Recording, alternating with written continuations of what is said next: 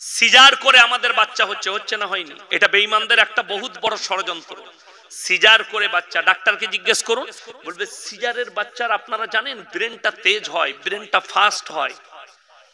হারামখোর বিয়াদবের বাচ্চা, আপনাদের ইজ্জত গুলো লুটছে তারা। আমি বলিনি, মিডিয়া বলছে। আমেরিকা, লন্ডন, ব্রিটেন আর চাইনা, সেখানকার বেশিরভাগ মেয়েরা নরমাল ডেলিভারি হচ্ছে, সেখানকার ডাক্তাররা নরমাল করছে। আর আমাদের দেশে বলছে সিজার করা ছাড়া বাচ্চা হবে না। খালি বলছে গলায় তার লেপটি আছে, না নাড়িটা লেপটি আছে, ছেলেটা ঘুরে আছে ওপর দিকে, তুই কি করে দেখলি বে? বড় কষ্ট লাগে। যেমন এরা বলছে, শুনে নেন বেঈমানদের একটা মেহনত, একটার বেশি বাচ্চা লিও না। বেঈমানরা বলছে না বলেনি? সরকার আইন করেছে দুটোর বেশি বাচ্চা নিলে তারা কোন রকমের কিচ্ছু পাবে না। যোগীজিরা হচ্ছে 7টা ভাই। আমাদের মোদিজি 4 নম্বর না 5 নম্বর? তাহলে আমাদের প্রধানমন্ত্রী পাল্টাতে হবে। রবীন্দ্রনাথ ঠাকুর বাপের 9 নম্বর সন্তান, রবীন্দ্রনাথ ঠাকুর। তাহলে উনার বাপ মূর্খ ছিল। বড় কষ্ট লাগে। মহান ভাগবত জি, আমাদের সম্মানের বহুত বড় মানুষ, ভারতের একজন জ্ঞানীগুণী লোক, তিনি দাঁড়িয়ে বললেন মিডিয়ার সামনে, ज्यादा खाना खाना और ज्यादा बच्चा पैदा करना जानवर का काम है। तो सबसे पहले तो रविंद्रनाथ ठाकुर का माँ बाप जानवर थे, जो इतना बच्चा पैदा कर दिया। मैं उसी से पकड़ता हूं। शुद्ध ताई नय, मोदीजीर आब्बाजीও তাই হয়ে যাবে, যোগীজির আব্বাজিও তাই হয়ে যাবে। বড় কষ্ট লাগে, ভেবে চিন্তে কথা বলতে হয়। আল্লাহর কুদরত। একটা মেয়ে सनातन धर्म থেকে একটা মেয়ে বলছে, भारत में अगर मुसलमान 10-10 बच्चा पैदा कर दे, 5-5 बच्चा पैदा कर दे, तो फिर इसको रोटी रोजी कौन देगा? इसको खाना कौन देगा? इसको चावल कौन देगा? इसका जगह कहां से होगी? इसको नौकरी कहां से मिलेगी? तो सबसे बड़ी अच्छी बात है, सुनो, मूर्ख की तरह बात मत कीजिए। सबसे पहले तो ये सोच लो, दुनिया में सबसे पहले जो अल्लाह ने जिसको भेजा वो आदम अलैहिस्सलातु वस्सलाम थे और उनका बीवी माँ हवा। अगर वही लोग ये सोच रखते तो तुम भी नहीं आती, ना तेरा बाप, ना कोई दुनिया में कोई इंसान आती। বুঝতে পেরেছেন না পারেননি? এই সোচটা যদি তারা নিয়ে আসতো, তোর বাপ আর মা, তাহলে তুই আর পয়দা হতিস না। এই সোচটা যদি তোদের পূর্বপুরুষ নিয়ে আসতো। শুনেলেন যারা বলছে আগেকার মানুষরা মূর্খ, কোরআন তাদের জন্য কি বলেছে? আগেকার মানুষরা অশিক্ষিত। সেই ডাক্তার, সেই মাস্টার দিকে বলছি, কোরআন রিসার্চ করো আর কোরআন পড়ো। কোরআন নকল করেছে, সাবিকুন আস-সাবিকুন উলাইকাল মুকাররাবুন ফি জান্নাতিন নাঈম সুল্লাতুম মিনাল আউয়ালিন ওয়া কালিলুম মিনাল আখিরিন। হে নবী বলো, তোমাদের মধ্যে থেকে অল্প সংখ্যক লোক আর তোমাদের পূর্ববর্তীদের মধ্যে থেকে বেশি সংখ্যক লোক জান্নাতে যাবে, তোমাদের মধ্যে অল্প সংখ্যক। আজকে মুসলমান নামাজ পড়ার পরেও জাহান্নামে কেন যাবে বলে দিই। ফাঁস কাতারে নামাজ পড়ে, স্ত্রীর উপরে অত্যাচার করে। ফাঁস কাতারে নামাজ পড়ে, ভাইয়ের উপরে অত্যাচার করে। ফাঁস কাতারে নামাজ পড়ে, মা বাবাকে ভাত দেয় না। ফাঁস কাতারে নামাজ পড়ে, প্রতিবেশীকে কষ্ট দেয়। ফাঁস কাতারে নামাজ পড়ে, লোকের মাল মেরে খাচ্ছে। ফাঁস কাতারে নামাজ পড়ে, লটারির টিকিট কাটে। ফাঁস কাতারে নামাজ পড়ে, সুদ খায়। আপনি জান্নাতে যাবেন কি করে? উলামাদিকে জিজ্ঞেস করুন যে এই কাজগুলো করার পরে জান্নাতে যাওয়া যায় নাকি? আপনি মা বাপকে খিদমত করবেন না, আপনি বলছেন জান্নাতের আশা। আপনি স্ত্রীর সঙ্গে ভালো ব্যবহার করেন না। শুনেলেন মুমিনদের দ্বিতীয় নম্বর আখলাক, ওয়াল্লাযীনা হুম আনিল লাগবি মুরিদুন। হে নবী, তারা নিজেদিকে গুনাহ কাটা থেকে বঞ্চিত রাখে। সবাই রাখবো, জোরে বলুন ইনশাআল্লাহ। নামাজি হবেন এবং গুনাহ কাটা থেকে বঞ্চিত রাখবেন। ওয়াল্লাযীনা হুম লিযাকাতি ফাইলুন, এবং তারা যথাযথভাবে যাকাত প্রদান করে। ওয়াল্লাযীনা হুম লিফুরুজিহিম হাফিজুন, এবং তারা নিজেদের লজ্জা স্থানের রক্ষণাবেক্ষণ করে। ইল্লা আলা আজওয়াজিহিম আও মা মালাকাত আইমানুহুম ফাইন্নাহুম গায়রু মালুবিন ফামান ইবতাগা ওরা যালিকা ফাউলাইকা হুমুল আদুন। তোমরা তোমাদের স্ত্রীর সঙ্গে ভালো ব্যবহার করো। স্ত্রী ছাড়া যদি অপরের সঙ্গে সম্পর্ক রাখো, তোমরা হবে আমার সামনে একজন সীমা লঙ্ঘনকারী আমি তোমাদেরকে জাহান্নামে নিক্ষেপ করে দেব। আমার ভাই কঠিন শাস্তিতে পড়তে হবে। সবাই স্ত্রীর সঙ্গে ভালো ব্যবহার করব, জোরে বলুন ইনশাআল্লাহ। মুমিনদের আখলাক। আমাদের কিন্তু দোষ একটা আছে, ঘরে একটা বউ, বাজারে আর একটা, ওটা হচ্ছে হ্যালো কামিয়ার আই লাভ ইউ। মানুষের বলে দিই কিরকম আখলাক পাল্টিয়েছে। বউ যদি ফোন করে, হ্যালো কোথায় আছো, তুমি ভাত খাবে না, রাখ ফোনটা, কাজে ব্যস্ত আছি। কিন্তু যদি প্রেমিক ফোন করে আর এই যদি বাইক চালায়, বাবারে রিসিভ করে কানে, হ্যাঁ বলো কি করছো, খাচ্ছ, সারা রাত কথা বলবে হারামখোর, তাও বিরক্ত হয় না। কিন্তু বউ যদি একবার ফোন করে বলে তুমি আমার স্বামী কোথায় আছো, তখন বিরক্ত, বউকে গালি দেয়। এই নেচারটাকেই পাল্টাতে হবে আপনাকে, এই জিনিসটাকে। শুনেলেন মুমিন কাকে বলে? মসজিদে ফজরের নামাজ পড়েছেন, তাসবিহ করছেন, সুবহানাল্লাহ সুবহানাল্লাহ সুবহানাল্লাহ, বেটা ছুটে এলো, আব্বা মায়ের খুব শরীর খারাপ, তাড়াতাড়ি ঘরকে চলো, যাচ্ছি। আবার তাসবিহ শুরু করেছেন, সুবহানাল্লাহ সুবহানাল্লাহ সুবহান। বেটা 20 মিনিট পরে এসে বলে, আব্বা তাড়াতাড়ি চলো, মায়ের খুব শরীর, যাচ্ছি বললাম তো, দেখতে পারে তাসবিহ করছি। ইসলাম বলছে, শরীয়ত বলছে তাসবিহ কেড়ে নাও, কোমরে গুড়ালে মসজিদ থেকে বার করো। তোমার তাসবিহ থেকে বড় ফরজ বিবির কাছে ছুটে যাওয়া। পানি এনে দেবো, ডাক্তারের কাছে নিয়ে যাব, ওষুধ এনে দেবো, পাটা একবার টিপে দেবো, মাথাটা একবার টিপে দেবো। আমাদের যুবকরা বলবে, হুজুর বলছে কি বইয়ের পা টিপবো? হ্যাঁ, বিবির পা টিপতে হবে, বিবির মাথা টিপে দিতে হবে, চা করে খাওয়াতে হবে।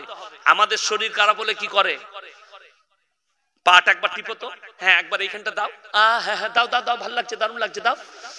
রাত 12টায় বলছে একটু লাল চা করে নিয়ে এসো, বেচারা তাই আনছে, মাথা টিপে দিচ্ছে, কত খিদমত করে।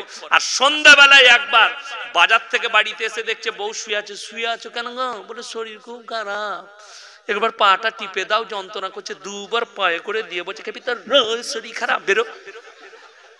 এটা হচ্ছে আমাদের আখলাক, এটাকে পরিবর্তন করতে হবে। স্ত্রীর সঙ্গে ভালো ব্যবহার।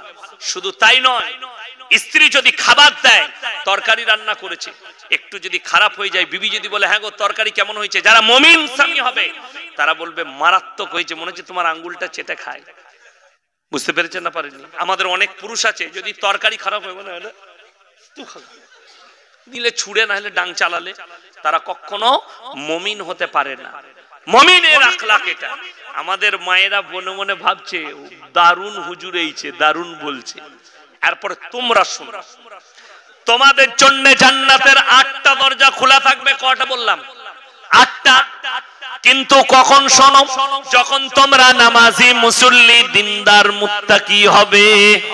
আর কি হবে? শোনো, পর্দা পুশিদার মধ্যে আসবে, নিজেদিকে ঢেকে নেবে, আর বেশি বেশি করে স্বামীর খিদমত করবে। প্রথমেই পর্দাটা বলে দিই, ওটা নিয়ে দেশেতে ঝামেলা। পর্দা আমি ভেবেছিলাম আল্লাহ, এখন দেখবেন রাস্তাঘাটে, কলকাতায় কলকাতায় সব জায়গায় বেশিরভাগ মেয়ে সব মুখ বাঁধা, ঠিক কিনা? উন্নাটা বাঁধা। আমি প্রথমে চিন্তা করলাম আল্লাহ হুজুরদের কথা, ইমামদের কথা কাজে লেগেছে। তারপরে দেখলাম আল্লাহ এতেও 2 নম্বরই। কি 2 নম্বরই? হ্যালো তুমি কোথায় আছো? বললে আমি দে গঙ্গায়। তুই কোথায়? বললে হাবড়াতে দাঁড়িয়ে আছি। বললে খেপি ভালো করে উন্নাটা বাঁধ।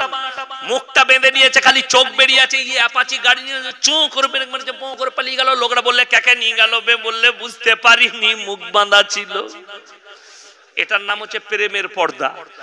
কোরআন বলছে ওয়াদরিব খুমুরিহিন্না আলা জুনুবিহিন, হে নারীরা তোমরা পর্দা নির্ধারিত করো, তোমরা কোনোদিন ধর্ষিতা হবে না, লাঞ্ছিত হবে না। আমার ভাইরা, আল্লাহর নবী জনাবে মুহাম্মদুর রাসূলুল্লাহ সাল্লাল্লাহু আলাইহি ওয়াসাল্লামকে আমার আল্লাহ বললেন, দুনিয়াতে সবথেকে বড় শয়তানের রূপ হচ্ছে বদকার নারী। শয়তানের সবথেকে দামি অস্ত্র হচ্ছে একজন বদকার নারী। কি নারী বললাম? বদকার। একটা নেক সালেহ দিনদার মেয়ে, সে একটা উত্তম ফেরেশতার থেকেও মকবুল, মকবুল ফেরেশতার থেকেও ভালো। জোরে বলুন সুবহানাল্লাহ। কে? সেই মেয়েটা যে নেক সালেহ হবে, আল্লাহ তাকে উত্তম ফেরেশতার থেকেও দামি বলেছেন। নেক সালে পর্দা নসিবা, দিনদার হতে হবে। বদকার নারী হচ্ছে শয়তানের অস্ত্র। শুনে নেন, শয়তানের যতগুলো দিক আছে, যতগুলো জিনিস আছে, সব কিন্তু আকর্ষণীয়। যে মেয়েরা শরীর বার করে চলে, ওটা আকর্ষণ না আকর্ষণ নয়? বিরাট বড় আকর্ষণ। মদ আকর্ষণ, মেলা আকর্ষণ, গান বাজনা আকর্ষণ। এই শয়তানের যতগুলো কাজ আছে তার মধ্যে আকর্ষণ আছে, কিন্তু আল্লাহর দ্বীনের কাজে কিন্তু আকর্ষণ পাবেন না, নুরানিয়াত পাবেন। আমি আজকের এইখানের মা বোনের দিকে কবে মরে যাব জানি না, দুটো ক্রিম দিয়ে যাব, লিবেন? জোরে বলুন না সুবহানাল্লাহ। এরকম হুজুর পেয়েছেন ক্রিম দিয়ে গেছে কেউ? আমি কিন্তু আজকে দিয়ে যাব দুটো, একটা লেসন দেবো, একটা ক্রিম দেবো। জীবনে গেলেজ নষ্ট হবে না চেহারা, কিন্তু শর্ত একটা আমার আছে, 5 ওয়াক্তের নামাজি হতে হবে আমার ক্রিম ব্যবহার করি।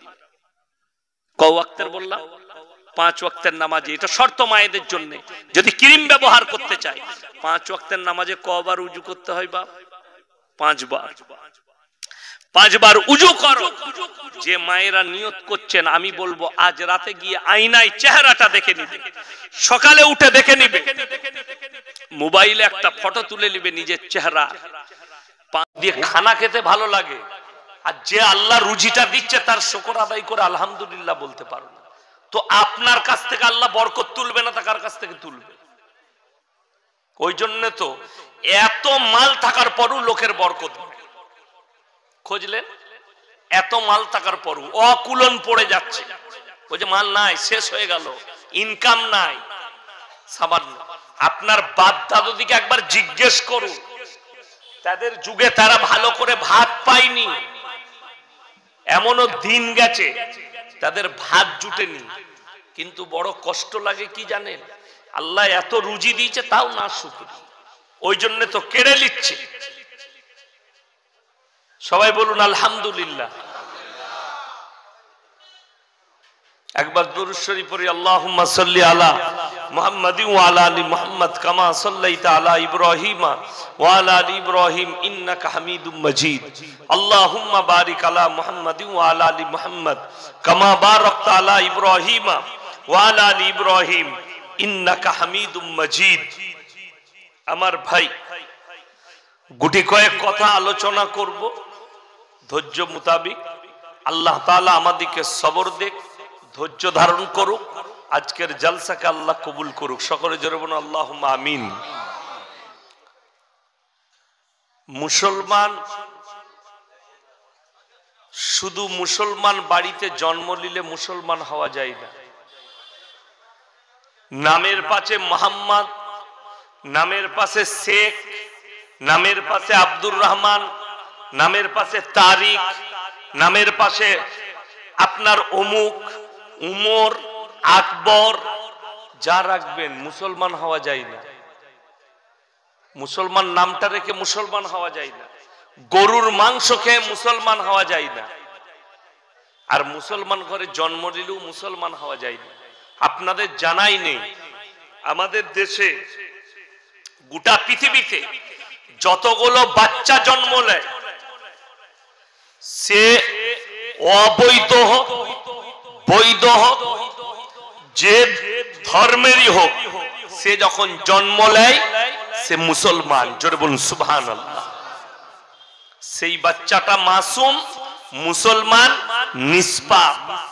একটা যদি বেধর্মীর ছেলে, নিষ্পাপ ছেলে মারা যায়, সে জান্নাতি, আপনাদের জানা নাই। একটা অমুসলিম ঘরের ছেলে, সে যদি মারা যায়, নিষ্পাপ, জান্নাতি। একটা অবৈধ ছেলে ব্যভিচার করে, যেটাকে আমাদের সমাজের লোক বেদ ছেলে বলে, সে যদি জন্ম নিয়ে মাসুম অবস্থায় মারা যায়, জান্নাতি। অনেকে জানা নাই। ওই জন্যে মুসলমান হওয়ার জন্য আল্লাহ শর্ত রেখেছে, কোরআনে আছে। মাথা শুধু মুসলমানরা ঠুকে না, পৃথিবীর যতগুলো ধার্মিক আছে, যে ধর্মেরই হোক, মাথা সবাই ঠুকে। কেউ পূব দিকে, কেউ পশ্চিমে, কেউ উত্তরে, কেউ দক্ষিণে, কেউ গাছের কাছে, কেউ কবরে, কেউ ঠাকুরের সামনে, কেউ আগুনের সামনে, কেউ পানুর সামনে, কেউ গাছের সামনে, কেউ ঘোড়ার সামনে। পৃথিবীর সবাই মাথা ঠুকে। আমাদের দেশে উলামারা জানে একটা সম্প্রদায় আছে মুসলিমদের মধ্যে, তার নাম হচ্ছে শিয়া সম্প্রদায়। তারা মাটির মধ্যে সিজদা করে না, তারা কাঠেতে সিজদা করে। কাঠে গোল গোল চাকতি কাঠ রাখা আছে মসজিদে, সেটা সামনে রেখে তার উপরে সিজদা করে। তাদের উলামাদের যুক্তি, পৃথিবীতে এমন কোন জায়গা নাই শয়তান যেখানে সিজদা করেনি, ওই জন্য আমরা মাটিতে সিজদা করি না। আমি লখনৌ ইরফানিয়ায় কিরাত পড়েছি, তো ওখানে একটা বড় মসজিদ আছে, দরগায়ে হায়দার বখশ মসজিদ, তার পাশেই শিয়াদের একটা বড় মসজিদ। তো আমি 2 ওয়াক্তের নামাজ সেখানে পড়াতাম, ইশার ফজর। তো তাদের ইমামের সঙ্গে মাঝে মাঝে সকালে হোটেলে দেখা হতো, চা খেতাম। সেই মুলাকাতের সময় একদিন কথা হলো, আমি বললাম ভাই आप तो ये बताओ कि सिया लोग जो है, आप लोग का जो है, लोग सिजदा करता है लकड़ी के ऊपर, क्यों? तो तिनी जुक्ति दिलेन, बोले बात ये है कि शैतान पूरे जमीन में सिजदा किया, इसीलिए हम नहीं करते। तो आमी बोललाम अगर तुम्हारे में कोई लोग इंतकाल कर जाता तो उसको दफन कहां करते हो? तो से चुप। हमने तुम्हारा सबसे बड़ा जो मौलवी है उससे पूछ के आना कि जमीन में तो शैतान ने जब सिजदा कर दी तो यहां पर तो दफन करना भी नहीं चाहिए। मिट्टी में, नदी में बहा दो, कुत्ता को खिला दो, किसी और को खिला दो, लेकिन जमीन में दफन करना तो बड़ी अलग बात है, क्योंकि शैतान ने सिजदा किया। बोले भाई ये तो मेरे को मालूम नहीं। बोले पूछ लेना जरा। 2 বছর কিরাত পড়েছি, 2 বছরে একবারও তার মুখ থেকে উত্তর পেলাম না। যখনই বলেছি বাদ মে বাতায়েঙ্গে, বাদ মে বাতায়েঙ্গে, কিয়ামতের সকাল পর্যন্ত বলতে পারবে না। জমিন আল্লাহ, আসমান আল্লাহ, সব কিছুর মালিক হচ্ছেন, সকলে জোরে বলুন কে? একমাত্র আল্লাহ রাব্বুল আলামিন। আমি সবের মালিক, গোটা পৃথিবীর যা কিছু আছে সব আল্লাহ।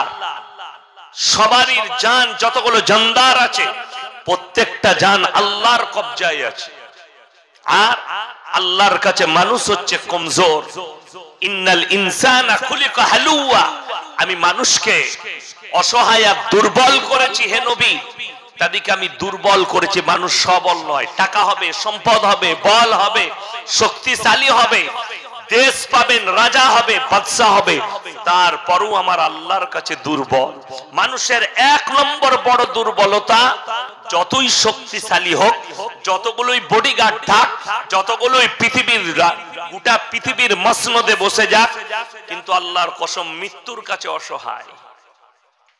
মৃত্যুকে কেউ রুখতে পেরেছে? পারেনি। আল্লাহর কসম পারবে না কিয়ামত পর্যন্ত। এটা আমার আল্লাহর শক্তি, আল্লাহর হাতে। পৃথিবীর মানুষের ক্ষমতা নেই। ওই জন্য সবাই আজকে নিয়ত করুন আমরা মুমিন হব, জোরে বলুন ইনশাআল্লাহ। পৃথিবীতে আপনারা হয়তো বিরক্ত হবেন, এতগুলো মিডিয়া লেগেছে, এতগুলো ইউটিউবার লেগেছে, সবাই ছুটে এসছে। মোল্লা কি বলবে, হুজুর কি বলবে, ছাড়বো, লোকরা শুনবে। আপনারা জানেন এটার দ্বারা ফায়দা কি হয়েছে? এটার ফায়দাটা বলে দিই। আমাদের বক্তব্য যেখানে জলসা হতো, সেই 4 দেওয়ারির ভেতরেই আটকিয়ে থাকতো। কোন অমুসলিম ভাইয়ের কাছে ইসলামের দাওয়াত পৌঁছাতো না, ইসলামের হাকিকত যেত না। এই ইউটিউবারদের শুকর আদায় করবেন। আমি দোয়া করি আল্লাহ তুমি আদিকেও ভালো রাখো, সকলে জোরে আল্লাহুম্মা আমিন। এরা আমাদের জলসাকে নিয়ে সম্প্রচার করছে। এই 50টা মিডিয়া দেখে বিরক্ত হবেন না। জানেন কি, আপনার বিরুদ্ধে 2 লাখ ইলেকট্রিক মিডিয়া খালি চক্র চালাচ্ছে কোরআন, হাদিস, দাড়ি, টুপি, মাদ্রাসা, মসজিদের বিরুদ্ধে। গোটা পৃথিবীর 2 লক্ষ মিডিয়া ইসলামের বিরুদ্ধে চক্র শুরু করেছে, ইলেকট্রিক মিডিয়া। আমাদের ভারতের যতগুলো ইলেকট্রিক মিডিয়া আছে, সকাল থেকে সন্ধ্যে পর্যন্ত এরা যদি মাদ্রাসা, মসজিদ আর মুসলমানের নাম না নেয়, এদের পেটের ভাত হজম হয় না। খুলে দেখেন ভালো করে, 24 ঘন্টায় একবার লিতেই হবে।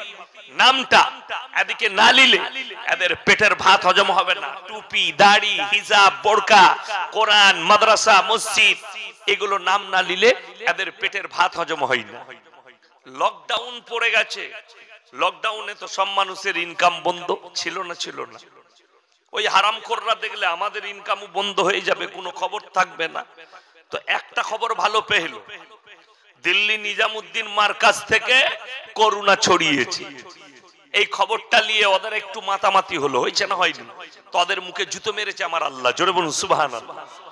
আমরা বলিনি, তোমাদের কোর্ট বলেছে, হাইকোর্ট বলেছে, ইলাহাবাদ কোর্ট বলেছে, বোম্বের কোর্ট বলে দিয়েছে করোনার জন্য তবলিগ জামাতওয়ালারা দোষী নয়। এটাই আল্লাহর কৃপা, জোরে বলুন সুবহানাল্লাহ। হক আগে যাবে, না হক মিটে যাবে। হকের ফুল ফুটবে, না হক মিটে যাবে। আল্লাহর কসম করে বলছি, আপনারা কিরকম ঈমান রাখেন জানি না, আল্লাহ ঈমানকে মজবুতি করুক। অনেকজন মনে করে আমি ইয়াসিন বলে যাচ্ছি, আমার মতো মৌলবি, আমি আমাদের দেশের প্রধানমন্ত্রীকে রেসপেক্ট করি, ভালোবাসি, মোদিজি আমাদের মাথার তাজ, কিন্তু আল্লাহর কসম ভয় খাই না। ভয় খাই তো একমাত্র আল্লাহকে খাই। রেসপেক্ট করি, সম্মান দিই, আমাদের রাজ্যের মুখ্যমন্ত্রীকে রেসপেক্ট করি, সম্মান দিই, কিন্তু সে ভয় খাবার পাত্র নয়। ভয় খাবার পাত্র যদি কেউ থাকেন একমাত্র আমার আল্লাহ রাব্বুল আলামিন। সবাই বলুন আল্লাহকে ছাড়া কেউকে ভয় খাবার, জোরে বলুন ইনশাআল্লাহ। এটাই হচ্ছে মুমিনদের প্রথম ঈমানের মজবুতি। শুনেলেন আমার আল্লাহ রাব্বুল আলামিন কোরআনে বললেন, লাইসাল বিররান তুওয়াল্লু বুজুহাকুম কিবালাল মাশরিকি ওয়াল মাগরিবি ওয়ালাকিন্নাল বিররা মান আমানা বিল্লাহ। হে আমার বিশ্ব নবী, পূব কিংবা পশ্চিম দিকে মাথা ঠোকার নাম ঈমান নয়। প্রকৃত ঈমান হচ্ছে মান আমানা বিল্লাহ। এক নম্বরই আল্লাহর প্রতি বিশ্বাস। সবাই আনবো, জোরে বলুন ইনশাআল্লাহ।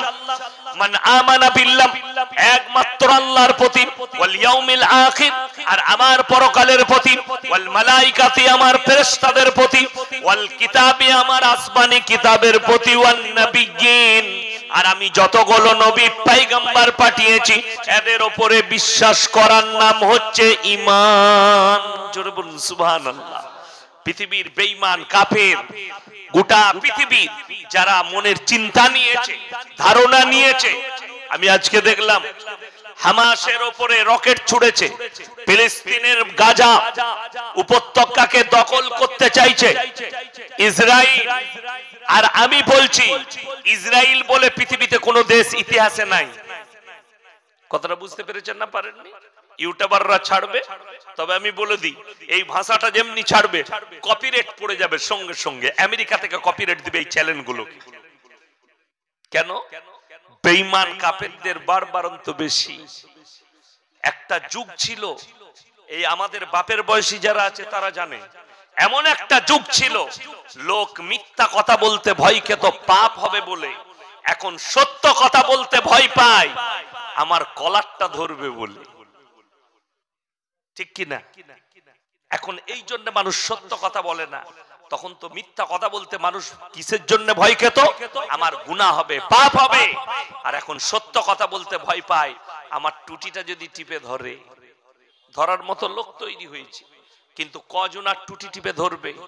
তোমাকে যেদিন আমার আল্লাহ ধরবে পালাবার রাস্তা খুঁজে পাবে। আমার ভাই, বেঈমান কাফের ভারতের ইলেকট্রিক মিডিয়া গুলো দেখে নেন, খুঁজে ফিলিস্তিনের উপরে এত অত্যাচার, অথচ ভারতের ইলেকট্রিক মিডিয়ারা বলছে হামাস হচ্ছে কি আতঙ্কবাদী, ইসরাইল হচ্ছে আতঙ্কবাদী, 10 আতঙ্কবাদী কো মার গিরায়া। এটা অন্য কারুর একটা অমুসলিমের ভাষা নয়। টিভির অ্যাঙ্কার, তার নাম হচ্ছে সোহেল, আমির সোহেল, ছেলেটা অ্যাঙ্কার একটা, সে পড়ছে, সম্প্রচার করছে। একে যদি মুসলমান বলেন আপনার ঈমান চলে যাবে। আমার কাছে মুসলমান এরা নয়, মুসলমান সে যে আমার আল্লাহ এবং আল্লাহর রাসূলের আদর্শের উপরে চলে। আমি সেদিন একটা ভাষা শুনলাম মিডিয়ায়, তার নাম হচ্ছে তারিক ফাতেহি। এটা শিক্ষিত ছেলেরা তারা চিনে, শিক্ষিত লোকরা চিনে। টিভির ডিবেটে এসে তার প্রথম তোপ দেখেছে সে মৌলবীদের ওপরে, आलिमদের ওপরে। हमारे हिंदुस्तान में जो मौलवी लोग हैं, जो आलिम हैं, यही लोग हमारे समाज को गंदा कर दिया, हमारे समाज को बर्बाद कर दी। मुसलमानों को सिर्फ टोपी पहनना, नमाज पढ़ना और हिजाब पहनना यही सिखाया मौलवी लोगों ने, और कुछ नहीं। इसके पास एजुकेशन नहीं है, इसके पास कोई शिक्षा नहीं है। তিনি দ্বিতীয় নম্বর বলছেন ये मौलवियों को मालूम नहीं है। এই আমরা যে পাঞ্জাবি পরছি, টুপি পরছি, অনেকজন জুব্বা পরে, পড়ে না পড়ে না, মাথায় বেল্ট লাগায়, জুব্বা পরে। ওই লোকটার নাম হচ্ছে তারিক ফতেহি। নেটেতে জুগাড় করে নেবেন, বয়ানটা শুনবেন, তার সেই হারামখোর বলছে এটা আতঙ্কবাদীদের আর আরবিয়ানদের পোশাক, আমাদেরকে ভারতের পোশাক পরতে হবে। তারেক ফতেহকে বলবো তোর বিটিকে বিকিনি পরা, তারেক ফতেহকে বলবো তোর বিবিকে বিরা আর বিকিনি পরে তারা রাস্তায় বার কর। বড় কষ্ট লাগে, এটা স্বাধীন ভারত। আমাদের দেশে আপনারা পেপার খুলে দেখবেন, মকবুল ফিদা হোসেন দেবদেবীর নগ্ন ছবি আঁকার কারণে তাকে দেশ থেকে চলে যেতে হয়েছে। এটা অন্যায় কাজ, আমরাও মানি। নবীজি সাল্লাল্লাহু আলাইহি সাল্লামের আদর্শ, তোমরা কারো দেবদেবীকে গালি দিও না, কারো ধর্মকে খারাপ বলো না, নিজেরটাকে ছেড়ে দিও না। আমার ভাই অন্যায় কাজ করেছে মকবুল ফিদা হোসেন, ভারত ছাড়া করেছে। দুঃখ এক জায়গায় যে দেবদেবীর নগ্ন ছবি আঁকার কারণে তাকে ভারত ছাড়তে হয়েছে, আর এই ভারতবর্ষে নবীর দুশমনকে আমাদের মোদী সরকার ঠাঁই দিয়েছে, তার নাম হচ্ছে তসলিমা নাসরিন। বড় কষ্ট লাগে যে আমার নবীজির আদর্শের উপরে কলম চালিয়েছে, আমার রসুলের আদর্শের উপরে কলম চালিয়েছে, কোরআনের বিরুদ্ধে কলম তুলেছে। সেই মেয়েটা ভারতে কি করে ঠাঁই পায়? সে তো বাংলাদেশী। একটা মৌলবি আতঙ্কবাদী হয়, ভারতে যদি এখন সব থেকে বড় আতঙ্কবাদী কেউ ঢুকে আছে, তার নাম হচ্ছে তসলিমা নাসরিন।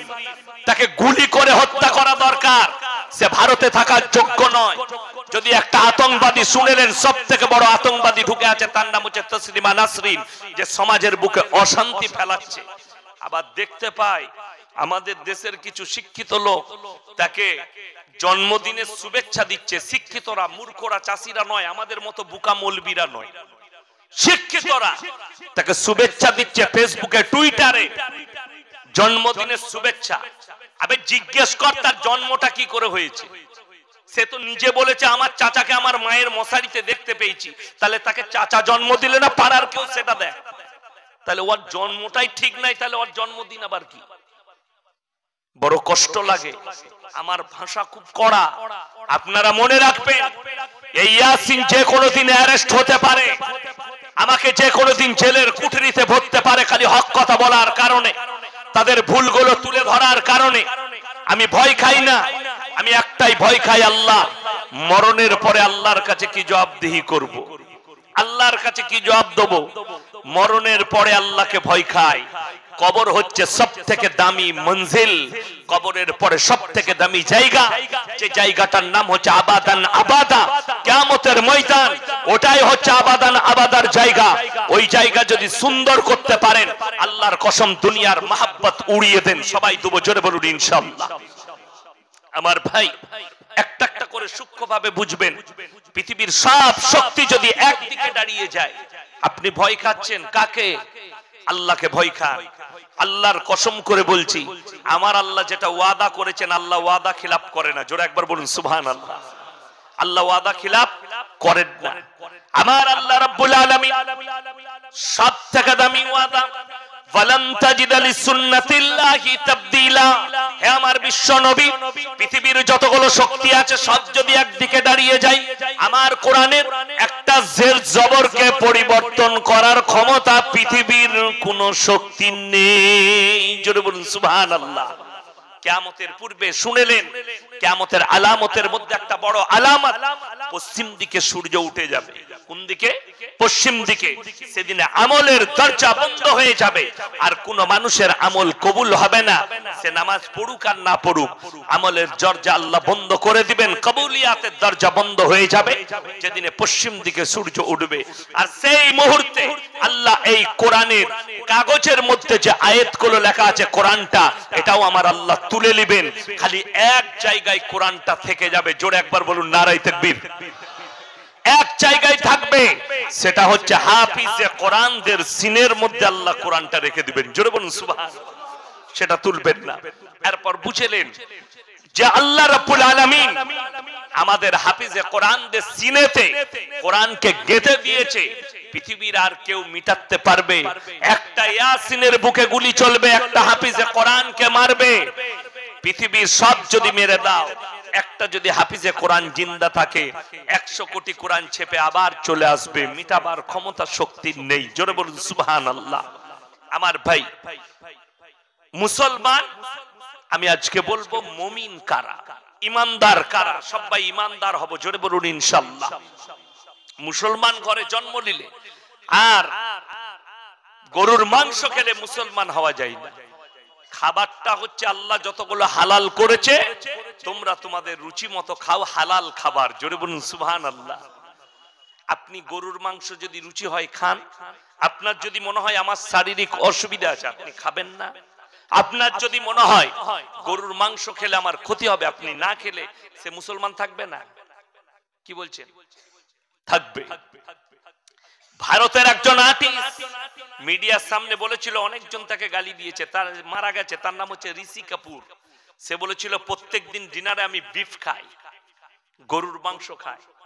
সে বলেছে, তাকে অনেকজন গালি দিয়েছে। সে এটা বলার কারণে সে কি মুমিন হয়ে গেছে? কখনো নয়। সে কি মুসলমান হয়ে গেছে? না। হাজার হাজার খ্রিস্টান ইহুদিরা গরুর মাংস খায়, ব্রাজিল খায়, অস্ট্রেলিয়া খায়, লন্ডনে গরুর মাংস চলে, আমেরিকায় গরুর মাংস চলে, আর্জেন্টিনায় চলে, ইসরায়েলে চলে। যতগুলো ইহুদি আর খ্রিস্টানদের দেশ আছে সবাই গরুর মাংস খায়, জানেন, সবাই খায়। ওই জন্যে ভারতবর্ষে মুসলমান তোমাদের জন্য গরু খাওয়া নিষেধ, মাথা খাওয়া যাবে না, কিন্তু গরু জবাই করে বিদেশে পাঠানো যাবে। আমি বলিনি, সরকার পাঠাচ্ছে।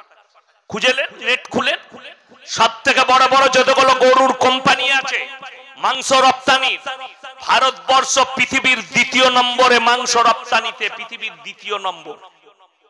1 নম্বর ব্রাজিল, 2য় নম্বর ভারত।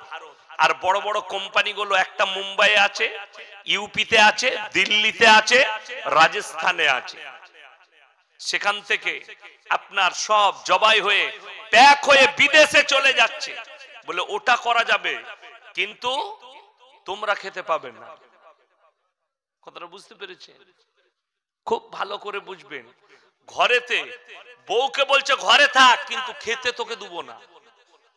লোককে বলতে পাবি না যে খেতে দেয়নি। বুঝতে পেরেছেন? বউকে ঘরে রেখেছে, দিয়ে বলছে তোর উপরে অত্যাচার করব, কিন্তু খেতে তোকে দেবো না। সবকিছু খা, যা পারবি মুড়ি ফুড়ি খা, ভাত দেবো না। তো তাইলে এটা কিরকম হলো? আজ সে নিজে হোটেলে খাচ্ছে, স্বামী হোটেলে খাচ্ছে, আর বউকে বলছে রান্নার প্রয়োজন নাই, তুই উপোস থাক, বিস্কুট ফিস্কুট চা পেয়ে চালা। ঠিক আমাদের দেশের হালটা সেরকম। বড় কষ্ট লাগে, দুঃখ লাগে। যাও, পৃথিবীর মানুষকে দেখিয়েছে যে শুনেলে নোংরামি ছাড়া, বদকারি ছাড়া একটা খেলার আয়োজন করা যেতে পারে, একটা ভালো কাজ করা যেতে পারে। পৃথিবীর সব থেকে দামি খেলা ফুটবল খেলা, সব থেকে বেশি খরচ ফুটবলে। বিশ্বকাপ হয়েছে কাতারে, তারা দেখিয়ে দিয়েছে মদ ছাড়া, মেয়ে ছাড়া, বিভিন্ন রকমের নোংরামি ছাড়া যে একটা খেলা পরিচালনা করা যায়, সেটা বিশ্বকে দেখিয়েছে মুসলিম রাষ্ট্র। জোরে বলুন সুবহানাল্লাহ। আর আপনাকে বলে দিই, কলকাতা আপনাদের কাছ থেকে 60 কিলোমিটার, ঠিক কিনা? আর আমার বাড়ি থেকে কলকাতা 130 কিলোমিটার। 130 কিলোমিটার আমার বাড়ি থেকে, বর্তমান থেকে আমার বাড়ি যেখানে, সেখান থেকে 130 থেকে 40 কিলোমিটার কলকাতা। আর আপনারা আছেন পাশে। আমি বলিনি, পেপার বলছে, মিডিয়ারা বলছে। শুধু 25শে ডিসেম্বর যেদিনে বড়দিন পালন হয়েছে, ক্রিসমাসের দিনে হাজার হাজার মুসলিম যুবক যুবতী তারা কলকাতায় গিয়ে ক্রিসমাস পালন করেছে। অশিক্ষিতরা নয়, সব শিক্ষিতরা, কলেজ পড়ুয়ারা, ইউনিভার্সিটির পড়ুয়ারা, স্কুলের পড়ুয়ারা মুসলমান ঘরের ছেলে। শুধু তাই নয়, সরকার লিখেছে, মিডিয়া লিখছে, ওই 25শে ডিসেম্বর রাত্রিতে একদিনে অনলাইনে খালি 22,000 নিরোধ বিক্রি হয়েছে সরকার। কত বললাম? 22,000। আর বেসরকারি মানে দোকান থেকে মোটামুটি কয়েক লাখ নিরোধ বিক্রি হয়েছে খালি ব্যভিচার করার জন্য।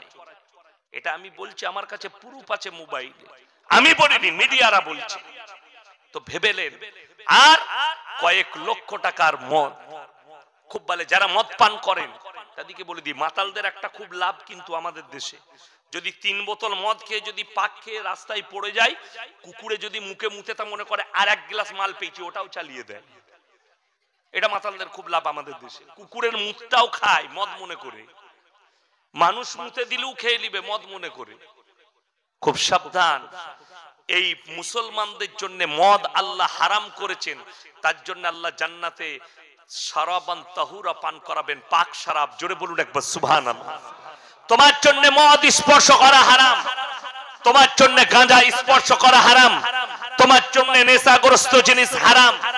এই হারাম করার কারণে আল্লাহ তোমাকে জান্নাতে শারাবান তাহুরা পান করাবেন, পাক শরাব, যেটা পান করলে তোমাদের মাথা ঘুরবে না, ভুল বকবে না, অজ্ঞান হয়ে পড়বে না। জোরে একবার বলুন না সুবহানাল্লাহ। আল্লাহ পান করাবেন, পাক শরাব পান করাবেন আপনাকে। তুমি যেটা পান করছো, শুনেলেন, আজকে এই সমাজকে ধ্বংস করার মূল হচ্ছে এই তারিখ ফতেহির মতো এক একটা হারামখোর। ইস ঘর কো আগ লাগি ঘর কে চিরাগ সে। মুসলমান তোমরা নিজেদের ঘর নিজেরা আগুন ধরিয়েছো। তসলিমা নাসরিন কোন অমুসলিম ঘরের মেয়ে নয়, মুসলমান ঘরের মেয়ে। জাস্টিস ইনায়েতুল্লাহ মুসলমান ঘরের ছেলে। তারিক ফতেহি মুসলমান ঘরের ছেলে। ওয়াসিম রিজভী মুসলমান ঘরের ছেলে। ইসলামের বড় বড় দুশ্মন যদি পয়দা হয়েছে, শুনেলেন, এই যুগে যতগুলো আছে সব মুসলমান ঘরে জন্ম নিয়েছে, অন্য কোথাও জন্ম নেয়নি। আপনাকে বলে দিই, এরাই ইসলামের জন্য বহুত বড় ভাইরাস। এদের কাছ থেকে শিক্ষিত সমাজ তোমরা দূরে থাকবে। যারা মোবাইল ব্যবহার করছেন, এই হারামখোরদের ভাষা থেকে দূরে থাকবেন। ঈমান নষ্ট হয়ে যাবে, আপনার দ্বীনকে নষ্ট করে দিবে। বেঈমান কাফেরদের একটা মেহনত, তারা চাইছে এই উলামা থেকে সমাজকে বিচ্ছিন্ন করে দাও, এই আলেমদের কাছ থেকে সমাজকে সরিয়ে দাও, যাতে করে এদের ঈমানকে ধ্বংস করা যেন সহজ হয়ে যায় আমাদের জন্য। আজকে আপনাকে আমি প্রুফ দিয়ে যাব। আজ থেকে 7 বছর আগে বর্ধমানে খোঁজ নেবেন, ইউনিভার্সিটি আছে, আমার বর্ধমান টাউনে ইউনিভার্সিটি আছে। ওই বর্তমানে ইউনিভার্সিটির একজন প্রফেসর, সেই মেয়েটার নাম হচ্ছে তানবীর নাসরিন। কি নাম বললাম? তানবীর নাসরিন। মেয়েটার নাম শুনে কি মনে হচ্ছে, মুসলমান না অমুসলিম? কথা বলে না? মুসলিম।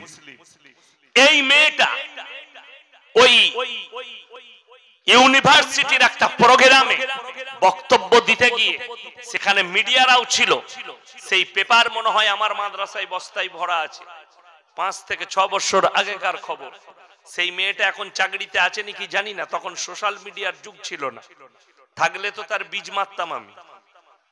আমার ভাই, সেই মেয়েটা বক্তব্য দিতে গিয়ে বলেছে, এই কোরআন 1400 বছর আগেকার পুরনো কোরআন, এই কোরআনকে মডেলিং করতে হবে, এই কোরআনকে বাদ দিয়ে ইসলামকে মডেলিং এ আনতে হবে। জোরে বলুন নাউজুবিল্লাহ। বড় কষ্ট লাগে। তার দ্বিতীয় নম্বর ভাষা, এই মৌলবীরা, টুপিধারী মৌলবীরা, এরাই একমাত্র সমাজকে গর্তে নিয়ে গেল। নামাজ, রোজা, টুপি, দাড়ি করে এই মৌলবীরা মুসলিম সমাজকে পেচ করিয়ে দিল। আপনি কলকাতায় যান, যাদের মধ্যে দিন নাই, যে শিক্ষিতদের মধ্যে দিন নাই, যারা এই ধরনের বেঈমানকে সাপোর্ট করে, এই ধরনের বেঈমান কাফের দিকে যারা সাপোর্ট করে, তারা কি বলবে জানেন? একদম দামি কথা বলেছে। এই মৌলবীরাই নিয়ে গেছে নামাজ রোজা করে, এদের কাছে কোনো দিনই শিক্ষা নাই। আমি চ্যালেঞ্জ দিয়ে বললাম, কেউ যদি এখানের প্রফেসর থাকেন, একটু স্টেজের সামনে আসুন। আপনি ইংরেজি বলবেন, আমি ইংরেজিটা যদিও অনর্গল বলতে পারি, আমি মানেটা করে দেব। ইংলিশ মিডিয়ামে পড়েছি আমি ছোটবেলায়। শুধু তাই নয়, আমি চ্যালেঞ্জ দিয়ে বললাম নিয়ে আসুন, আমাদের সঙ্গে উর্দুতে কথা বলবে, হিন্দিতে কথা বলবে, ভাইয়া ভাষায় কথা বলবে, চলে আসুন আরবিতে কথা বলবে। আছে? নাই, পাবেন না। তুমি খালি দুটো ভাষা শিখেছো, বাংলা আর কি ইংলিশ। আর সংস্কৃতি এমন শিখেছো পড়তে পারে না, খালি পড়ে খালি অক্ষরটা দেখে পড়তে পারে, বলতে পারে না। আরে আমাদের মৌলবীরা আমরা অনেক হাসি, আমাদের দেশের অনেক নাম করব না, অনেক জনের উর্দু শুনে মিডিয়াতে, বীরভূমে মিডিয়া গেছে, মিডিয়া তো ও বিহারের মিডিয়া, তো আমাদের দেশের খুব ভালো লোক নেতা তাকে জিজ্ঞেস করছে, आपके यहाँ पर जो लड़ाई हो रहा है, ये जो बाली माफिया लोग लड़ाई कर रहा है बारूद लेके, बम लेके, इसके बारे में बोलचे वो तो मारामारी करता है, वही बाली लिए मारामारी होता है, तो একটু একটু বোম চলता है। আমরা মৌলবীরা হেসেছি যে আল্লাহ কি সুন্দর উর্দু বলছে, বড় কষ্ট লাগলো।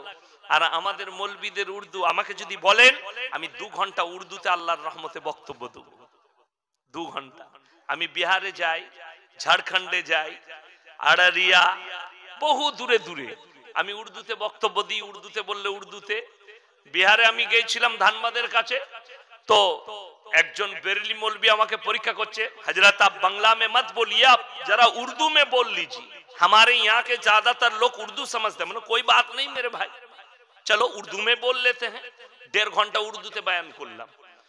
তা তাকে লাস্টে বললাম যে তুমি মাপতে চাইলে মৌলবীটা কত দূরকার, তো শোনো, তোমার মতো 100টা মৌলবী আমার পকেটে থাকে। সে চলে গেল চুপচাপ। আসল কথা এগুলো হচ্ছে কাঠ মৌলবী, আল্লাহ হেফাজত করুক। শুনেলেন এই বেঈমান কাফেররা আপনার বিরুদ্ধে কি কি চক্র চালাচ্ছে, শুনেলেন, আপনি ভাবতেও পারবেন না। আপনি ওইগুলোকে সমাজের কি ভাববেন, উন্নতি, সমাজের মানুষ কি ভাববে, এগুলো হচ্ছে মডেলিং। আল্লাহর কসম করে বলছি, কলম থাকে তা নোট করুন, তা না হলে মিডিয়াগুলোর নাম জিজ্ঞেস করেলেন। কালকে পরশু আবার এই জলসাটা নেট থেকে শুনবেন, রিপ্লে করবেন, তারপরে ইয়াসিন ভাইকে গালি দেবেন, তা না হলে আল্লাহর কাছে কিয়ামতের দিনে আপনিও দাঁড়াবেন আর আমাকেও আল্লাহ দাঁড় করাবে। আপনি আপনার জব দেবেন, আমি আমার জব দেবো। ভাই শুনে নেন আমার ভাই, এই বেঈমান কাফেরদের মেহনত গুলো আপনার পেছনে কিভাবে कहर হয়ে পড়ছে, এরা কিভাবে চাইছে আপনার ঈমানকে ধ্বংস করতে, আপনার ঈমানকে নষ্ট করতে। আপনি সমাজে সকাল বেলায় উঠে কোন দামি চায়ের দোকানে যান, তাদেরকে বলুন যে মুসলমান মার খাচ্ছে কেন, একটাই কথা বলে, মুসলমানের মধ্যে এডুকেশন আর শিক্ষা নাই বলে মুসলমান মার খাচ্ছে, ঠিক কি না? এটা শিক্ষিত লোকদের ভাষা, খুব সুন্দর। এর উত্তর আমার কাছে আছে, এই ভাষাটা রং ভাষা, ভুল ভাষা, কখনো নয়। আমার নবীজি সাল্লাল্লাহু আলাইহি সাল্লামের জামানায় বহু সাহাবী মূর্খ ছিল, ঠিক কি না? জানেন, এই উলামারা জানে, আলেমরা জানে, যতগুলো হাদিসের কিতাব আছে, যতগুলো হাদিস বর্ণনা হয়েছে, যত সাহাবী বর্ণনা করেছেন, আমার ভাই হযরত সাইয়্যিদানা বেলাল হাবশী রাদিয়াল্লাহু তাআলা আনহু একটাও হাদিস বর্ণনা করেননি। জোরে বলুন সুবহানাল্লাহ। কিতদাস মাঠে খাটতো, নবীজির মহব্বতের জিনিস ছিলেন, নবীজি মহব্বত করতেন, দস্তরখানে নিজের প্লেটে খানাতে বসাতেন ডেকে। নবীজি সাল্লাল্লাহু আলাইহি সাল্লাম সেই বেলাল হাবশীর একটা ভাষা খালি এসছে, আমার সঙ্গে নবীজির ভাষার খাপ খেত না বলে আমি একটাও হাদিস বর্ণনা করিনি। জোরে বলুন সুবহানাল্লাহ। আর আপনি, আরে আমার ভাইজান দেওবন্দ পাস, আমরা সব এত পড়ে এলাম দেওবন্দ থেকে আর করে, আর এখন আলুবালা, পটলবালা, মূলবালা সবাই বলছে ফতোয়া দেব, ঠিক কি না? দুটো বই পড়ে দুদিন এদিক ওদিক থেকে ঘুরে এসে পটল ওজন করতে করতে বলছে কি বলতে হবে, বলতেন কি ফতোয়া চাইছিস আমাকে জিজ্ঞেস কর, মৌলবীর কাছে যেতে হবে না। তাদেরকে আলাদা কাটিং এর মাত দিবে ফেরেশতারা কবরে। ফতোয়া দিবার কাজ তোমার নয়। যেমন আমাদের দেশের মৌলবীকে জ্বলায়, মুর্শিদাবাদ, নদিয়া, আমাদের এখন আবার 24 পরগনার কিছু ছেলে সব আরবে থাকে না, কাজ করতে যায়, 2 বছর 5 বছর থেকে আসে, এসে ইমাম সাহেবকে বলে আসসালামু আলাইকুম কাইফা হালুকা। ইমাম সাহেব মনে মনে ভাবলে যে আমি মৌলবি তো হয়েছি, আরবিতে অতটা কালচার নাই। গ্রামের লোকরা বলছে বে হুজুর আরবি জানে না বে, এই ছেলেটা কত সুন্দর আরবি বলছে। মক্কায় যারা মুরগি বিক্রি করে তারা কি ভাষায় কথা বলে? বাংলায় তো নাকি কথা বলে না, আরবিতে। সেখানে যারা গু পরিষ্কার করে তারা কি ভাষায় কথা বলে? আরবিতে। তো সে যদি এসে এইখানে আরবিতে কথা বলে তো সে মুহাদ্দিস হয়ে গেল। আমি এসেছি জলসা করতে, আমি বললাম বাবা আপনাদের এলাকার যতগুলো ক্যান্সারের রোগী আছে সকালবেলায় নিয়ে আসবেন, এই স্টেজেতে আমি অপারেশন করব, রাত্রে থাকবো জলসা করে। যদি বলেন হুজুর কি করে করবেন? কুদাল আর গাঁইতি দিয়ে করব। তো কি বলবেন? যে হুজুরের মাথাটা চলে গেছে বলবেন না? তো তুমি যদি পটলওয়ালা হয়ে ফতোয়া দাও তো বলবো না যে তোর মাথাটা চলে গেছে, তোকে রাঁচি পাঠাতে হবে পাগলখানায়? তুই কি করে ফতোয়া দিবি পটল ওজন করতে করতে? আরে মুফতিরা ফতোয়া লিখতে গেলে তাদের হাত কাঁপে, আর তারা তার শেষে লেখে আল্লাহু আ'লামু বিসসাওয়াব, আমার জানাটুকু লিখলাম, সঠিকটা আল্লাহই জানে। আর তুই মোচে পাক দিয়ে আলু ওজন করতে করতে ফতোয়া বলছিস। লন্ডনে যারা গু পরিষ্কার করে তারা কিসে কথা বলে? ইংরেজিতে না বাংলায়? ইংরেজিতে। সে যদি এসে আমাদের দেশে কোনো প্রফেসরকে বলে what is your name, what is your father name, আপনি যদি বলেন শালা লোকটা কত ইংরেজি জানেবে, দারুণ শিক্ষিত। আর যদি মাস্টার বলে দেয় প্রফেসর তাকে আচ্ছা হোয়াটের গ্রামারটা কি, তখন সে পায়খানা ঘর খুঁজে বেড়াবে। এই যারা আরবে গিয়ে আরবি শিখে এসছো, একটা ছেলে খালি সামনে দাঁড়াও, মৌলবি উলামা তালবিলিম ছাড়া একজন দাঁড়িয়ে যারা আরবি শিখে এসছো আরব থেকে, খালি এক লাইন ইজরা করে শুনিয়ে দাও। ইজরা মানেই জানে না, এটা বাস্তব। ইজরা মানেই জানে না, গ্রামার তো অনেক দূর। ইজরা করে শোনাতো, পায়খানা ঘর থেকে 3 দিন বেরুবি না। ওই জন্য তোর আর আলেমের মধ্যে পার্থক্য। তোর ইমাম আরবি জানে না, কিন্তু আলেম কোরআনের আরবি আর ভাষার আরবির মধ্যে আসমান আর জমিনের ফারাক আছে, জানা না? কোরআনের আরবিতে গ্রামার আছে, সিফাত আছে, গুন্না আছে, মাদ আছে, ইখফা আছে, ইজহার আছে, ইকলাব আছে, লাইনে জালি আছে, লাইনে খাফি আছে, আপনার জানা আছে। আর আপনি পণ্ডিত্য ফলাচ্ছেন। ওই জন্য তো আমাদের দেশে যারা মিডিয়ার সামনে বসছে তারা মুসলমান কিনা এটাই জানে না, খালি নামটা মুসলমান বসিয়ে দে, তারিক ফাতেহি বলে মুসলমান। কে বললে মুসলমান? আরে হিম্মত থাকলে আমার ফেসবুক আর ইউটিউবে কম বেশি 13,000 জলসা ছুটছে। আমি 1000 জলসায় চ্যালেঞ্জ ছুড়েছি যে যদি মিডিয়াওয়ালা অঞ্জনা আমকসব বলুন, রুবিকা লিয়াকত বলুন, আর আপনাদের সুমন বলুন, আর বোম্বের রিপাবলিকের আরনাব গোস্বামীর মতো হারামখোর যদি হিম্মত থাকে আমাদের মতো বাপের বেটা মৌলবীর সঙ্গে একবার দেখা বস, তাহলে বুঝতে পারবি তুই কত বড় বাপের বেটা আর আমাদিকে আল্লাহ কত বড় বাপের বেটা করেছে। যাদের মধ্যে ইসলামের জ্ঞান নাই তাদের সাথে বসে কি করবি? তারা তো উত্তরই দিতে পারবে না। আমার সঙ্গে বসলে আমরা মৌলবীরা বসবো কোরআন আর হাদিস নিয়ে। যদি বলি কোরআন হাদিস মানি না, তাহলে তোর মতো কুত্তার সঙ্গে আমাদের ভ্যাসও করা যাবে না, তর্কও করা যাবে না, ঠিক কি না? করা যাবে না। যদি বলিস মানি তাহলে বসা যাবে। বড় কষ্ট লাগে আমাদের দেশে। দুঃখটা কোথায় জানেন? একটা মেয়ে যদি বোরকা পরে হিজাব পরে স্কুল কলেজে যায় তাকে সুপ্রিম কোর্টে কেস লড়তে হয়। আর আমাদের দেশের কলকাতা, দিল্লি, বোম্বের এয়ারপোর্টে কোন নায়িকা যদি ন্যাংটো ঘুরে বেড়ায় তাকে সুপ্রিম কোর্টে যেতে হয় না। এটাই হচ্ছে আমাদের দিলেতে দুঃখ বেদনা। আমাদের মৌলবীর অন্তরটা ফেটে যায়। मोदी जी हमारा दुख इस जगह पर है कि कोई नंगी घूमती है तो उसके लिए कानून नहीं है, उसको अदालत में नहीं जाना पड़ता, लेकिन कोई मुसलमान औरत अगर अपने बदन को ढांक ले तो उसको जाना पड़ता है अदालत में। यही तो हमारा दुख है। बड़ कष्टेर विषय যে একটা মুসলমান মেয়েকে বোরকা পরার জন্য আদালতে যেতে হয়।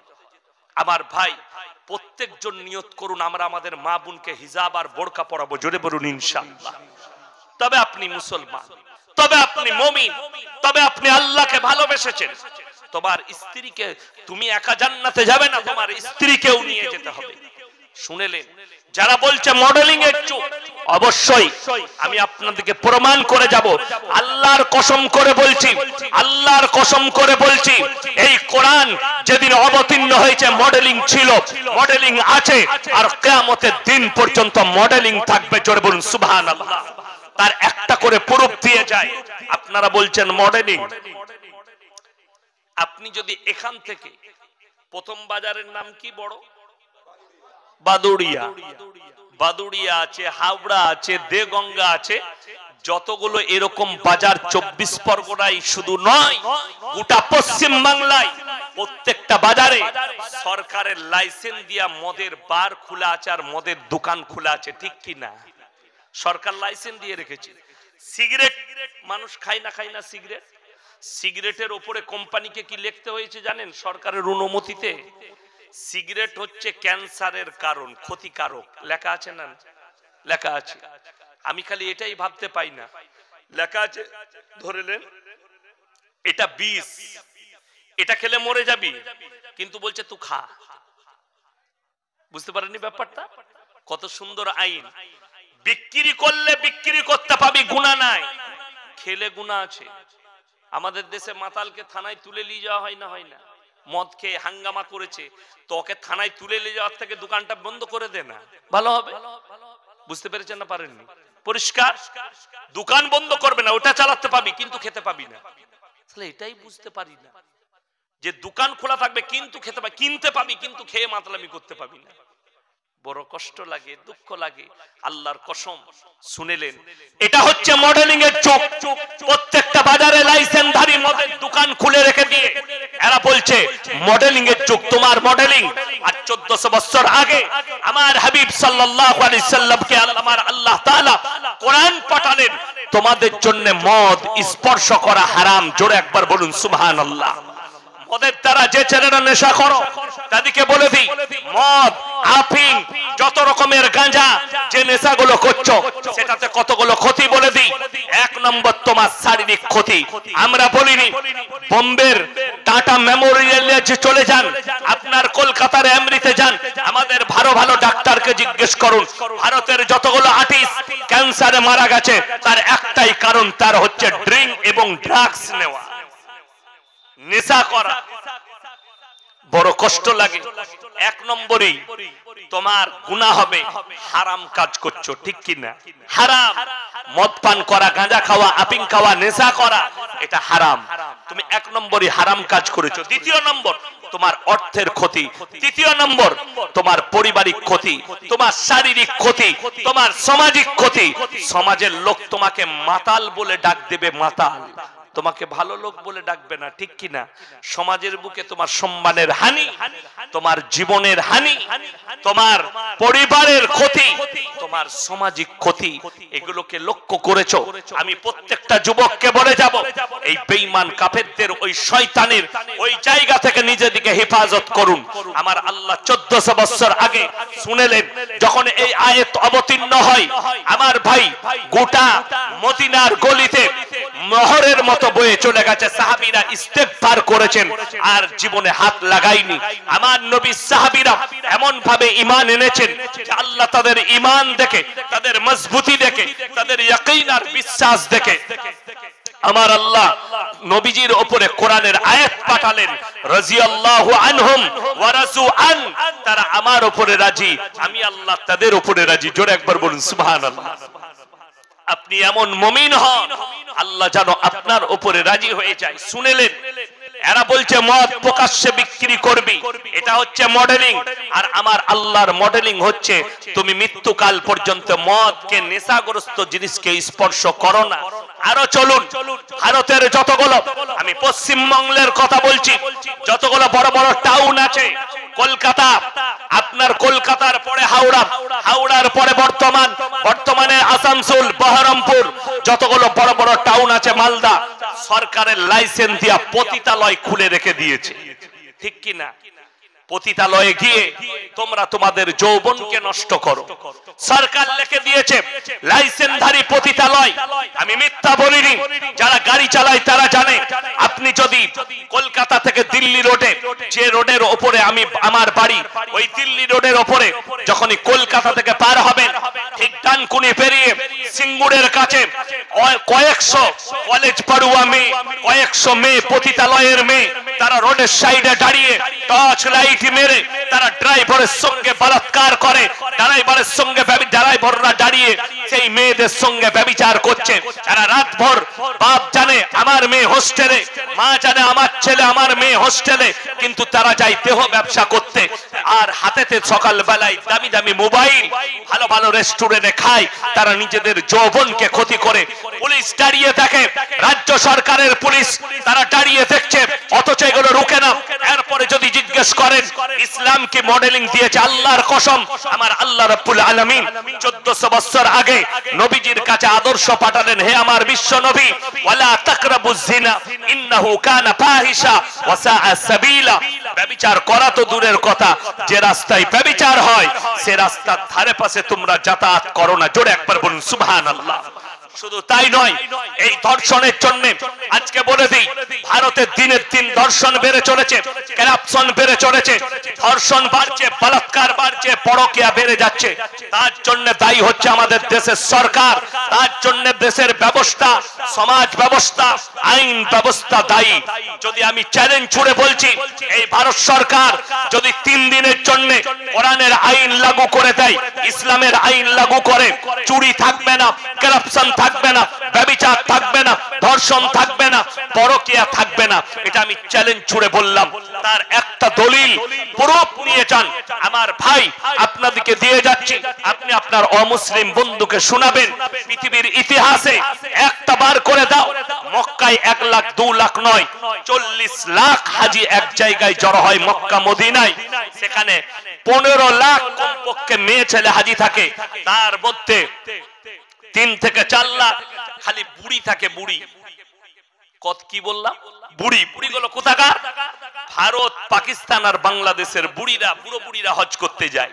ইন্দোনেশিয়া, মালয়েশিয়া, মিশর, কুয়েত, কাতার, লেবানন, জর্ডান, এই মুসলিম রাষ্ট্রগুলোর যারা যুবক যুবতী আছে তারা হজ করতে যায়।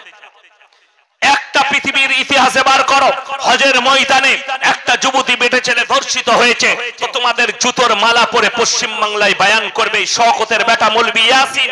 এটা আমার চ্যালেঞ্জ রইল, পৃথিবীর ইতিহাসে পাবে না। কেন? মক্কায় কোরআনের আইন আছে, চুরি করলে হাত দুটো কেটে দাও, চুরি করলে হাত দুটো কেটে দাও। ব্যভিচার করলে যদি ধর্ষণ করে, অর্ধেক রাজপথে দাঁড় করিয়ে তার মুন্ডু ছেদ করে দাও। কেউ যদি ধর্ষণ করে মুন্ডু ছেদ করো। পরকীয়া করলে অর্ধেকটা পুঁতে পাথর মেরে হত্যা করে দাও। যদি বিবাহিত অবিবাহিত ছেলে হয়, অবিবাহিত মেয়ে হয়, তারা যদি পরকীয়া করে তাদেরকে 100টা কুড়া মারো গাছে বেঁধে। এটা ইসলামের আইন। এই আরবে মক্কা মদিনায় ইসলামের আইন থাকার কারণে করাপশন নেই, চুরি নেই, চামারি নেই। সেখানকার যারা হজ করতে যায়, উমরা করতে যায়, জিজ্ঞেস করবেন আজান হওয়ার পরে আমাদের যত রকমের দোকানি আছে, হীরের দোকানি, সোনার দোকানি, মুক্তোর দোকানি, তারা দোকান খোলা পড়ে আছে, চলে গেল নামাজ পড়তে কাবা ঘরের ভেতরে, দোকানে কেউ হাত দেয় না। আমাদের দেশে কেউ যদি চানাচুরের দোকান খুলে মসজিদে ঢুকে ঘুরে গিয়ে দেখবে 2টি চানাচুরও নেই, নিয়ে পালিয়ে গেছে। ঠিক বলছি না ভুল বলছি? কেন? আমাদের দেশে আইন নাই। চুরি করলে উৎসাহ দেওয়া হয়, আরো বড় চুরি করবি। আমাদের দেশে কেউ যদি 50 টাকা গরিবের ছেলে চুরি করে তার কিলাবে বিচার হয়, আর কেউ যদি গরিবের লাখ লাখ টাকা মেরে নেয় সেটা হয় স্ট্যান্ডার্ডই, হয় না? স্ট্যান্ডার্ড লোক, ভালো লোক। আরে সমাজ পাল্টে গেছে, কিয়ামতের আলামত আসছে। কেউ যদি ভ্যান চালিয়ে 100 টাকা মসজিদে দান করে তার সম্মান থাকে না। কোন সুদখোর যদি 1 লাখ টাকা দেয় তাকে চেয়ার ছেড়ে দিই আমরা। আমাদের দেশে মদ খেয়ে মসজিদে ঢুকতে পাই না, গাঁজা খেয়ে ঢুকতে পাই না, কিন্তু সুদ খেয়ে ফাঁস কাতারে নামাজ পড়তে পাই। আমি বললে খারাপ মৌলবি, সকালবেলায় চায়ের দোকান আমাকে গাল দিবে। কারা? সুদখোররা। বলে সালা কি মৌলবি আর নিবে, কিচ্ছু জানে না, জ্ঞান নাই। ঠিক, আমার জ্ঞান নাই, তুমি সুদ খেলে তুমি জ্ঞানী। আমি বললে খারাপ, বড় কষ্ট লাগে। আমার ভাই, একবার সুদ খেলে নিজের মায়ের সঙ্গে 70 বার ব্যভিচার করার সমান গুনাহ হবে। আপনি জিজ্ঞেস করেছেন উলামাদিকে যে আমি যে কাজটা করছি এই কাজটা পাপ না ভালো কাজ? না, আপনি কাকে জিজ্ঞেস করেছেন? বেঈমান আর কাফের যারা নেই। শুনেলেন মডেলিং এর যোগ ইসলাম এত সুন্দর। নবীজি সাহাবীদিকে নবীজি সাল্লাল্লাহু আলাইহি সাল্লাম এমন একটা আদর্শ দিয়েছেন, এমন আদর্শ যে আদর্শের মধ্যে শয়তানের কোনো খপ্পর ছিল না। যারা মডেলিং এর যুগ, আরো বুঝিয়ে দিই আপনারা বুঝে যাবেন মডেলিং এর যুগ কি। এই ভারতে সবাই একবার জোরে বলুন সুবহানাল্লাহ। হলো না সুবহানাল্লাহ। কেন বলছি? এই জন্যই আল্লাহর রহমতে, রাসূলের বরকতে, আল্লাহর রহমতে, রাসূলের বরকতে, মাদ্রাসা মসজিদের বরকতে, কোরআনের বরকতে, দাওয়াত আর তাবলীগের মেহনতে এই ভারতের মাটিতে একটাও মুসলমানদের বৃদ্ধাশ্রম নাই। জোরে একবার বলুন সুবহানাল্লাহ। যতগুলো আছে অমুসলিম ভাইদের কলকাতায় চলে যান, যারা বলছেন মডেলিং এর যুগ, আজকে দেখিয়ে দেবো কলকাতা আপনাদের 60 কিলোমিটার যতগুলো বৃদ্ধাশ্রম আছে, সকালে গিয়ে খোঁজলেন আইপিএস এর মা, ডাক্তারের মা, প্রফেসরের মা, মাস্টারের মা, হাই স্কুলের হেডমাস্টারের মা আজকে বৃদ্ধাশ্রমে জায়গা পেয়েছে। তারা ফ্ল্যাটে বউকে নিয়ে বাস করছে। এটা যদি মিথ্যা হয় আমি আপনাদের কাছে বলে যাচ্ছি, জুতোর মালা রেডি রাখবেন। আমি জুতোর মালা পরে আগামীতে 24 পরগনায় বায়ান করলে আপনাদের জুতোর মালা পরবো। কোন শিক্ষিত লোক যদি এই চ্যালেঞ্জটা গ্রহণ করেন আমার গাড়িতে চাপেন, আমি কালকে সকালে আমার বর্তমানে দেখাবো কটা ডাক্তারের মা আছে, কটা প্রফেসরের মা আছে, কটা জজের মা আছে, কটা উকিলের মা আছে। তারা টাউনশিপে বাস করে আর নিজের মা বাবাকে বৃদ্ধাশ্রমে রেখে এসেছে। যদি বলেন ইসলাম যে মডেলিং, ইসলাম কি দিয়েছে? আমার আল্লাহ রাব্বুল আলামিন কোরআনে বললেন ইম্মা ইয়াবলুগান্না ইনদাকাল কিবার আহাদুহুমা আও কিলাহুমা ফালা তাকুল লাহুমা উফফি ওয়া লা তানহারহুমা ওয়া কুল লাহুমা কাওলান কারীমা। হে আমার বিশ্ব নবী, তোমাদের মা বাবা যখন বৃদ্ধকালে বৃদ্ধাক্যে পৌঁছাবে তোমরা এমন করে খিদমত করবে যেমন তোমাদের শিশুতে লালিত পালিত করেছে। জোরে বলুন একবার সুবহানাল্লাহ। তোমার মা বাবা ওইভাবে খিদমত করো যেমন তোমাদের শিশুতে লালিত পালিত করেছে। আর এরা বলছে মাকে বৃদ্ধাশ্রমে দিয়ায়। আমরা মৌলবীরা যদি শিক্ষা পেয়েছি, আমাদের তালবিলিমরা যদি শিক্ষা পেয়েছে, তো একটাই শিক্ষা দিয়েছি, মা বাবার সঙ্গে খারাপ ব্যবহার